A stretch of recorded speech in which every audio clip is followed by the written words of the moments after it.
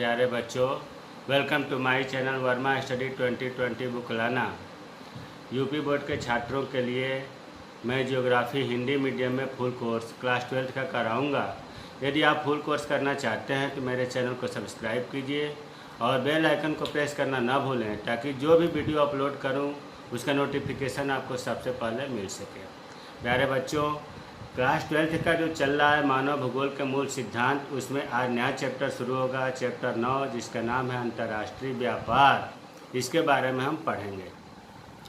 तो अंतर्राष्ट्रीय व्यापार में शुरू करने से पहले सबसे पहले हम व्यापार देखिए, कोई भी वस्तुओं और सेवाओं का जब हम खरीदते हैं बेचते हैं उसी को ही व्यापार कहते हैं।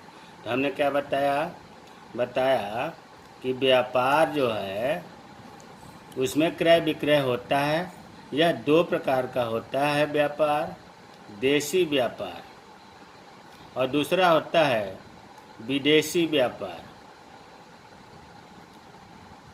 व्यापार हम और परिभाषा समझ गए कि वस्तुओं और सेवाओं को, देखिए वस्तुओं मतलब गुड्स और सर्विसेज, इनके खरीदने बेचने को ही व्यापार कहते हैं।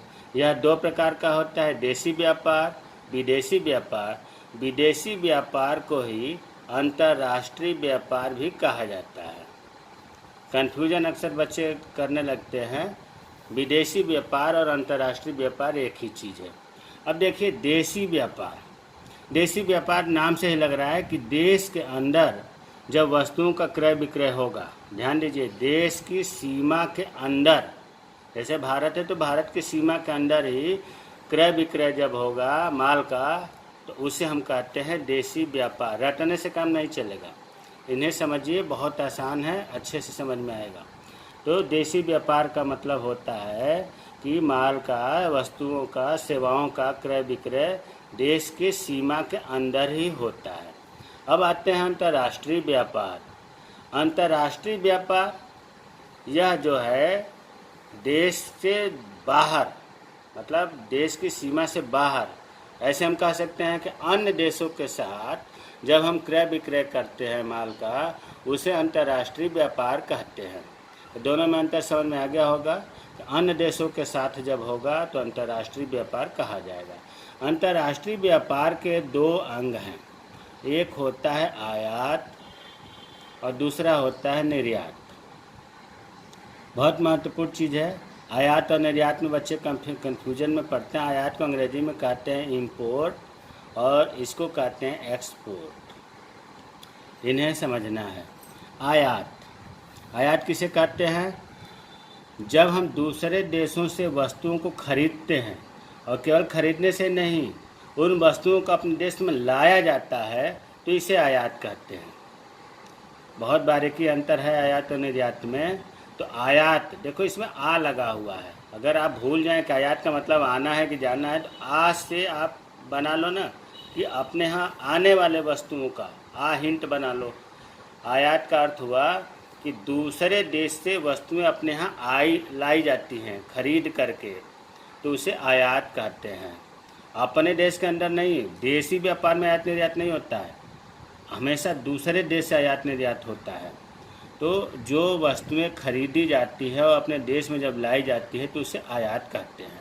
निर्यात इसका ठीक उल्टा, जब हम अपने देश से वस्तुएं दूसरे देशों को बेचते हैं और वे वस्तुएं दूसरे देश में जाती हैं तो उसे हम निर्यात कहते हैं। निर्यात का मतलब भेजना, वस्तुओं को दूसरे देश को बेचना। तो आयात और निर्यात में कन्फ्यूजन नहीं होना चाहिए। अब आते हैं व्यापार संतुलन। ये बहुत महत्वपूर्ण है, खूब पूछा जाता है। व्यापार संतुलन का एक और नाम है व्यापार शेष। इसी को अंग्रेजी में कहते हैं बैलेंस ऑफ ट्रेड। तो देखो बच्चों, व्यापार संतुलन, व्यापार शेष, ये बहुत अभी समझ में आ जाएगा, थोड़ा सा ध्यान देने की ज़रूरत है। इसमें प्रत्येक देश अपने यहाँ से, क्योंकि देखो कोई भी देश अपनी सभी आवश्यकताओं का उत्पादन तो कर नहीं सकता, हर चीज़ हर जगह पाई नहीं जाती है। तो निश्चित रूप से जो चीज़ उस देश में नहीं पाई जाती है वो दूसरे देशों से खरीदेगा, तो उसी को आयात कहते हैं। तो प्रत्येक देश अपने यहाँ से विदेशों को वस्तुओं का निर्यात भी करता है, बेचता भी है, अपने यहाँ वस्तुओं का आयात भी करता है।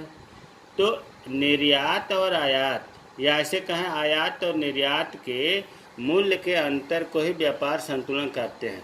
यहाँ से परिभाषा है निर्यात और आयात। निर्यात मतलब जो हमने बेचा, जैसे मान लो कि हमारा देश भारत जो है अमेरिका को कितना वस्तुओं को बेचा, कितना निर्यात किया, और अमेरिका से कितना आयात किया, खरीदा।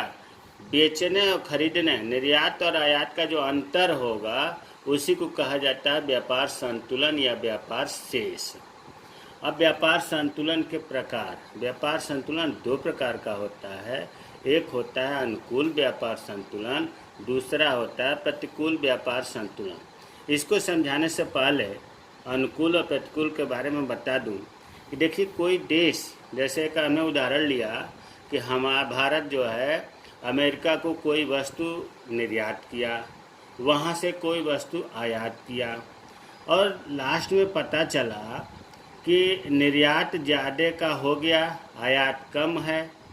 तो इसमें अंतर जो होगा, जब हम निर्यात ज़्यादा कर दिए अमेरिका को, आयात कम किए, तो जो निर्यात किए हैं उसका मूल्य वो हमें देगा, लेकिन रुपया नहीं देगा।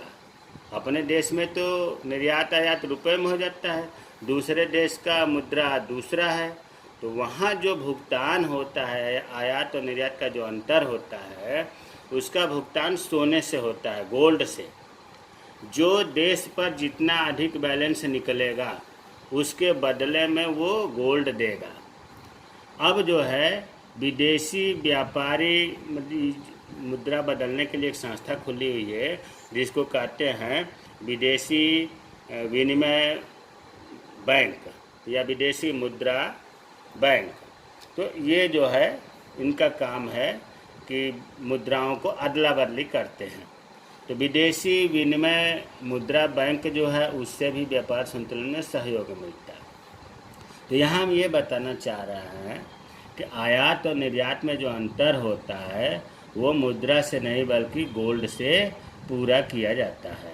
गोल्ड मीन सोना, स्वर्ण। अब आते हैं व्यापार संतुलन के प्रकार। पहला है अनुकूल व्यापार संतुलन। देखो, अनुकूल कब होगा? अगर मान लो छोटे पैमाने पर देख लें, एक किसान है, अगर अपने घर से दूसरे को जितना अधिक से अधिक बेचेगा, उसे जब बेचेगा तो उसे पैसा मिलेगा, तो ये चीज़ अच्छा होगा ना। और किसान को अधिक से अधिक चीज़ खरीदना पड़े तो क्या होगा? ये अच्छी बात तो है नहीं, प्रतिकूल होगा। खरीदेगा हर चीज़ तो उसे पैसे हर जगह खर्च करने पड़ेंगे। तो यही चीज़ राष्ट्रीय लेवल पर है। कोई देश अधिक से अधिक निर्यात करता है तो उसे ही कहते हैं अनुकूल व्यापार संतुलन। मतलब निर्यात की मात्रा ज़्यादा होगी, आयात कम से कम करेगा। आयात का मतलब क्या हुआ? खरीदना। अरे घर में ही अपना उत्पादन अधिक से अधिक हो जाए और हम अधिक से अधिक बेचें तो वही तो अनुकूल होगा। तो अनुकूल व्यापार संतुलन को रटने से काम नहीं चलेगा। वही चीज़ है कि जब किसी देश के निर्यात की मात्रा आयात से अधिक होती है तो हम कहते हैं कुछ देश का व्यापार संतुलन अनुकूल है। भाई, जब ज़्यादा मात्रा में निर्यात करेगा, ज़्यादा मात्रा में बेचेगा, तो उस स्थिति में जो उसका अंतर आएगा, आयात से अधिक होगा निर्यात, उसके बदले में उसे गोल्ड मिलेगा, विदेशी मुद्रा मिलेगी, तो वो देश खुशहाल होगा। और ज़्यादा से ज़्यादा खरीद कर खाएगा तो कहाँ खुशहाल होगा? उसे गोल्ड देना पड़ेगा। तो अनुकूल व्यापार संतुलन में एक लाइन याद करिए कि निर्यात जो है ये आयात से अधिक होता है। तो अनुकूल व्यापार संतुलन हो, किसी भी देश के लिए अनुकूल व्यापार संतुलन अच्छा माना जाता है। अब आते हैं प्रतिकूल व्यापार संतुलन। इसका उल्टा हो गया। अगर हम किसी देश को निर्यात कम कर रहे हैं, आयात ज़्यादा कर रहे हैं, तो क्या होगा? अब हम आयात ज़्यादा कर रहे हैं तो उस देश को जितना अंतर होगा हम अधिक से अधिक सोना देना पड़ेगा उस सामान के मूल्य के बराबर। तो ये हमारे लिए स्थिति अच्छी थोड़े नहीं होगी। एक परिवार में ही देख लो, किसी किसान को ज़्यादा से ज़्यादा सामान खरीदना पड़ेगा तो ज़्यादा विकसित नहीं कर पाएगा, और अगर बेचता ज़्यादा से ज़्यादा तो विकसित होता। तो प्रतिकूल व्यापार संतुलन हुआ जब किसी देश के आयात की मात्रा निर्यात से अधिक हो। इसमें क्या होगा? इसमें आयात ज़्यादा हो रहा है निर्यात से, तो ये प्रतिकूल स्थिति कहा जाता है। किसका? व्यापार संतुलन का। और उस देश का प्रतिकूल संतुलन कहा जाएगा जो ज़्यादा मात्रा में आयात करता है, निर्यात कम। इस स्थिति में क्या होगा, व्यापार का जो अंतर होगा उसके बराबर सोना या विदेशी मुद्रा देना पड़ेगा। किसी भी स्थिति के लिए, किसी भी देश के लिए यह स्थिति अच्छी नहीं होती। अच्छा तो स्थिति तब माना जाएगा जब अनुकूल व्यापार संतुलन हो, निर्यात ज़्यादा हो, आयात कम। और अगर आयात ज़्यादा हो गया तो प्रतिकूल स्थिति हो गया। ये दुर्भाग्य कहिए या जो भी कहिए कि भारत का आज तक जितना भी व्यापार संतुलन रहा वो प्रतिकूल ही रहा। कभी भी भारत का अनुकूल व्यापार संतुलन अब तक नहीं हुआ, जबकि किसी देश के हित के लिए अनुकूल व्यापार संतुलन बढ़िया होता है। तो आज प्यारे बच्चों, अंतर्राष्ट्रीय व्यापार में सबसे महत्वपूर्ण आज हमने बताया व्यापार संतुलन या व्यापार शेष किसे कहते हैं, अनुकूल व्यापार संतुलन और प्रतिकूल व्यापार संतुलन में क्या अंतर है। तो और सब्सक्राइब चैनल को ज़रूर करिए, लाइक करिए, शेयर करिए। जय हिंद, जय भारत।